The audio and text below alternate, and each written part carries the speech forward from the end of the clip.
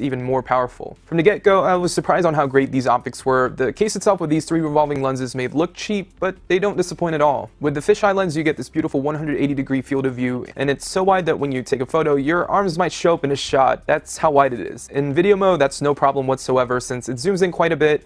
You'll still have that fisheye look, but not as drastic as with a photo.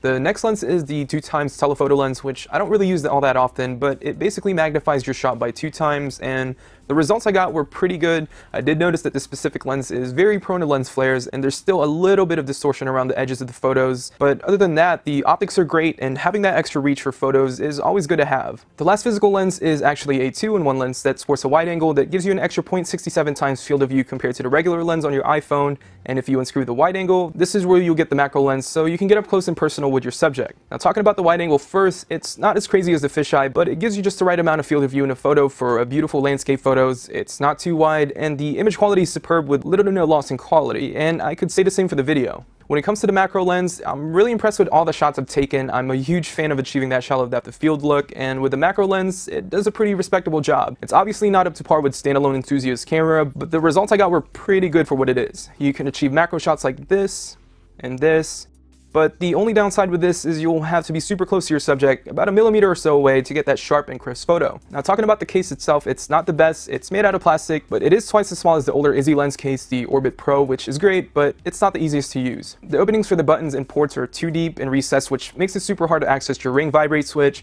volume buttons, and the sleep awake button. The LED flash is also covered up, so if you're thinking of shooting at night, don't even bother to shoot. So to wrap things up for you guys, I'm giving the iZZi Slim case a Techno Buffalo score of 8.5 out of 10.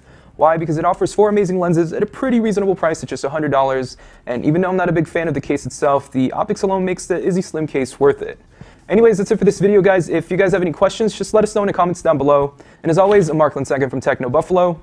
I'll see you guys in the next video. Hey, thanks for watching this video, and if you guys would like to see more, please hit that subscribe button down there.